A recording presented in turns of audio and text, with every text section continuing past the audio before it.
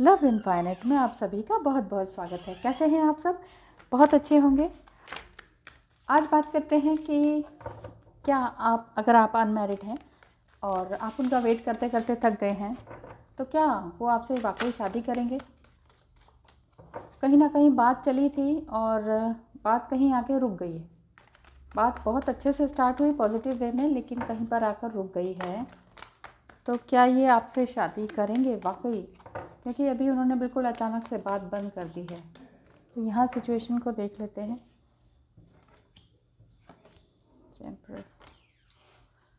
यहाँ पर वाकई सिचुएशन टेंस है आपकी, और आप सोच रहे हैं कि ये अगर शादी करना चाहते हैं तो इस तरह से इन्होंने रोक क्यों दिया बीच में। यहाँ पर यही आ रहा है कि आपके पर्सन काफ़ी अग्रेसिव टाइप के हैं, थोड़ा सा घमंडी हैं। ठीक है, उन्होंने खुद स्ट्रगल करके अपनी लाइफ को बनाया है, लेकिन फिर भी एक होता है कि ठीक है उस समय इंसान मैच्योर हो जाए। लेकिन आपके पर्सन जो हैं यहाँ पर स्टक भी फील कर रहे हैं, और आपको भी ऐसा फील करवा रहे हैं कि आप हमेशा उनके पीछे दौड़ते रहें, उनसे पूछते रहें कि क्या हुआ, क्या नहीं हुआ, क्या करें, क्या ना करें। एंजल्स भी आपको यही कहते हैं कि थोड़ा आगे कदम बढ़ाने से पहले ध्यान रखें, क्योंकि ये पर्सन मुझे ठीक नहीं दिखाई दे रहे हैं, जिन्होंने शादी का वादा किया है और पूरी तरह से छोड़कर चले गए हैं, बीच में ही स्टक करके छोड़ के चले गए हैं, और आपको समझ में नहीं आ रहा कि क्या सिचुएशन है। सीक्वेंस में ही नंबर आ रहा है, क्योंकि मैंने यहाँ से स्टार्ट किया 4 5 6 इस तरह से दिख रहा है। 4 5 6 7 सीक्वेंस में, मतलब जैसे कि कुछ प्लानिंग के तहत कुछ किया गया हो आपके साथ, लाइक गेम खेला गया हो, या कि देख लेते हैं क्या होता है क्या नहीं होता। ओह देखिए, तो डेविल कार्ड आ रहा है ना। ये आपको क्या बता रहा है? यही बता रहा है कि एंजल्स का आशीर्वाद आपके साथ है, वो आपके आसपास हैं, एंजल्स आपकी प्रोटेक्शन कर रहे हैं पूरी तरह से। नाइट ऑफ वांड्स, आपके पर्सन जो हैं या तो आपसे छोटे हैं या फिर अपना आपको छोटा दिखाते हैं, एज में छोटा दिखाते हैं। शादी तक उन्होंने बात चलाई है, और हो सकता है कि आपके पेरेंट्स से भी मिले हों, यहाँ पर मदर फिगर भी दिखाई दे रही हैं, सिर्फ आपसे, आपकी मदर से मिले हों, या फिर अपनी मदर को मिलवाया हो आपसे, और अपने आप को उम्र में छोटा बताते हैं आपसे। तो कहीं ना कहीं आप यही सोच रहे हैं कि क्या ये सच है कि नहीं, क्योंकि जब वो आए थे आपके पास या आपके घर, बात बहुत ही पॉजिटिव वे में हुई थी। फिजिकली भी आप दोनों एक दूसरे के काफ़ी अट्रैक्टेड फील कर रहे थे एक दूसरे से, और आपको लग रहा था कि हाँ, हम दोनों एक दूसरे के लिए बने हैं, we are made for each other. ये फीलिंग आई थी, आपने सोचा कि यस, सारी दुनिया ही मुझे मिल गई। उनकी भी फीलिंग्स और आपकी भी फीलिंग्स इसी तरह की थी, लेकिन अचानक से इस तरह से हो गया कि हार्ट ब्रेक हो गया आपका। यहाँ पर द डेविल कार्ड दिखाई दे रहा है लास्ट में। एंजल्स प्लीज बताएं ये डेविल कार्ड क्यों है? इतना भी क्या इंटेंस सिचुएशन बन गई है। द एम्परर, आपके पर्सन की बात की जाए तो ठीक है, उन्होंने काफ़ी स्ट्रगल करके अपनी मेहनत से अपने बलबूते पर अपना जो मुकाम पाया है, एक अच्छी कुर्सी पाई है, एक अच्छी पोस्ट पर हैं, किसी पॉलिटिकल उस पर भी हो सकते हैं। तो यहाँ ये बताइए कि एरीज, लियो, सेजिटेरियस, फायर साइन के हो सकते हैं, कि ये डेविल कार्ड किस लिए है? 2 more cards please. This, oh sorry,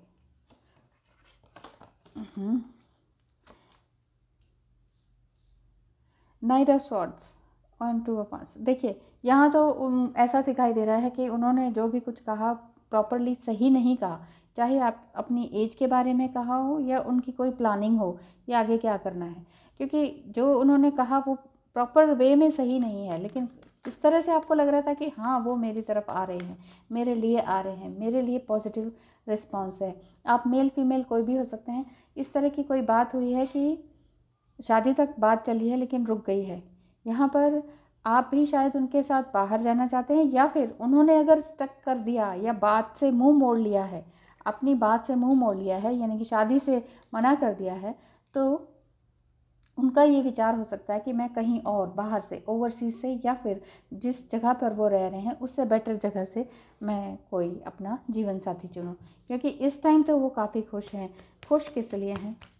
the devil card भी है। डेविल कार्ड यही बता रहा है कि उन्होंने आपसे झूठ कहा है और कुछ और ऑप्शंस तलाश रहे हैं, और इस टाइम काफ़ी खुश नज़र आ रहे हैं। इस टाइम काफ़ी खुश क्यों हैं एंजल्स प्लीज़ बताएं। यहाँ पर आपको रोता छोड़कर ये आप किसी हो खुश क्यों नज़र आ रहे हैं। किंग ऑफ वांड्स, देखिए यहाँ पर उनका कुछ और ही सीन चल रहा है, उनके मदर की साइड से या फिर उनके फादर की साइड से इस तरह का आपके लिए कोई भी फैसला लेने के इससे पहले वो बहुत ज़्यादा सोच रहे हैं कि आपकी तरफ बढ़ा भी जाए या नहीं, क्योंकि अपना भी बचाव करना चाह रहे हैं वो, क्योंकि मुझे ऐसा दिख रहा है कि वो काफ़ी स्नीकी बिहेवियर है। हाँ ना कहने में उनको कोई शर्म लिहाज जैसा कुछ है नहीं कि आपको क्या दिल पे क्या लगेगी, ये जो हार्ट ब्रेक हुआ है आपको, उनको ये कोई मतलब नहीं है कि सामने वाले को हर्ट होगा या नहीं होगा। उन्हें अपने काम से मतलब है, अपना प्रॉफिट दिखता है तो ठीक है, नहीं तो बाय बाय। इसीलिए एंजल्स आपको प्रोटेक्ट कर रहे हैं। वो कह रहे हैं कि इस तरह के स्नीकी बिहेवियर वालों से, जो कि झूठ बोलते हैं, कुछ का कुछ बनाते हैं, कहते हैं, और इनको दिल तोड़ने में भी कोई गुरेज नहीं है कि हाँ इसका दिल टूट गया तो क्या हुआ, टाइम वेस्ट हुआ तो क्या हुआ, पैसे वेस्ट हुए तो क्या हुआ। उनको अपने काम से मतलब है, अपने आप से मतलब है बस। तो यहाँ पर यही दिखाई दे रहा है, जो उन्होंने सही तरीके से कुछ नहीं कहा सब कुछ बिल्कुल पॉजिटिव वे में, लेकिन बहुत कुछ छुपाया है क्योंकि उनके पास और ऑप्शंस है। खुश इसलिए हैं क्योंकि उनको कोई और ऑप्शंस भी दिखाई दे रहे हैं जिसके लिए वो आगे बढ़ने के लिए वो तैयार हैं। अगर इस तरह का है तो फिर एंजल्स प्लीज़ बताएं, क्या आपको उनका वेट करना चाहिए या मूव ऑन कर लेना चाहिए। अगर कोई इंसान शादी से पहले ही झूठ बोल रहे हैं, नेगेटिव इफ़ेक्ट इनका दिखाई दे रहा है और हाँ करके ना कर दिया है, तो आपको मूव ऑन करना चाहिए।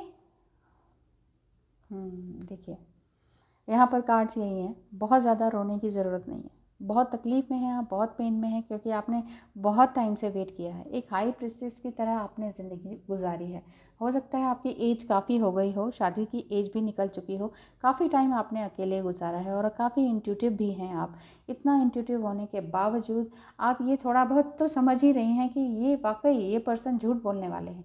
ये बताते हैं कि मैं उम्र में छोटा हूँ, बट उम्र में ये छोटे नहीं हैं।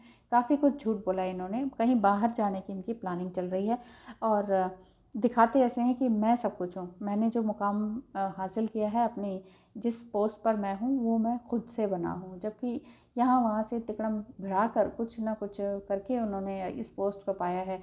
एग्जैक्टली ऐसा नहीं है जैसा दिख रहा है आपको ना। तो यहाँ पर एंजल्स यही कह रहे हैं कि मैं तुम्हारी रक्षा कर रहा हूँ और इस रक्षा करने की इस सिचुएशन को समझिए।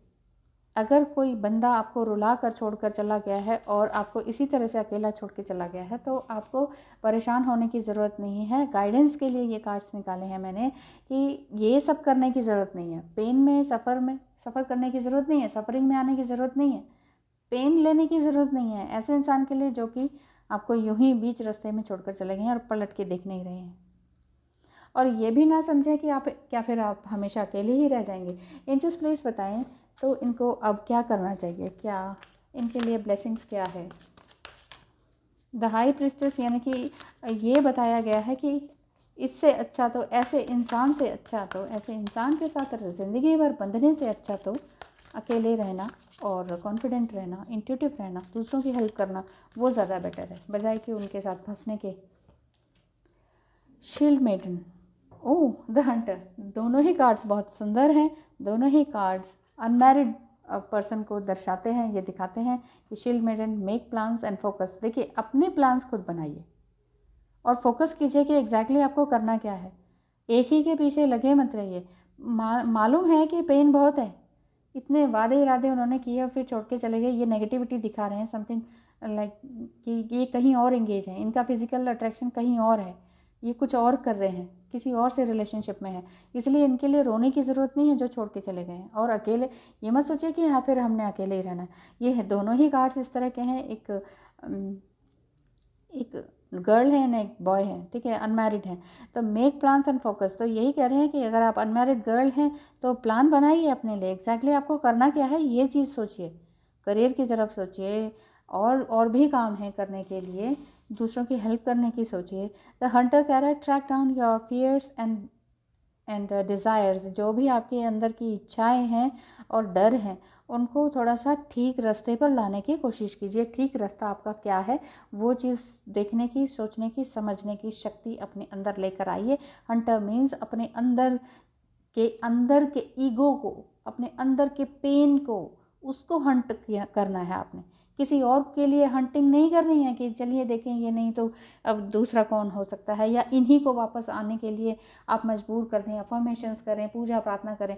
ऐसा नहीं है। जो इंसान यहाँ पर दिखाई दे रहा है ठीक नहीं है, और आपने यहाँ वहाँ से भी पता कर लिया है कि वो ठीक बिहेव नहीं कर रहे हैं, और आगे एक एज ए लाइफ पार्टनर आपको एक जिसकी नींव ही, जिसका फाउंडेशन ही इस तरह का है, झूठ, लाग लपेट, है ना, इस तरह का बिहेवियर है, yes and no, yes and no, हाँ करके ना कर देना, ये ज़िंदगी में बहुत अच्छी गाड़ी नहीं चलने वाली इनके साथ।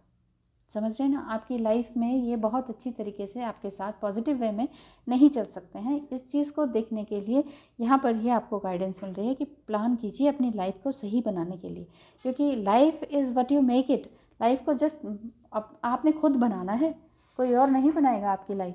तो लाइफ वही है जो आप बनाएंगे, आपके हाथों में होती है अपनी लाइफ। तो यहाँ धनुष उठाया हुआ है और यहाँ तलवार उठाई हुई है, तो देख लीजिए आपको क्या चीज़ का यूज़ करना है। समझ रहे हैं ना मेरी बात। Thank you so much and wish you all the best.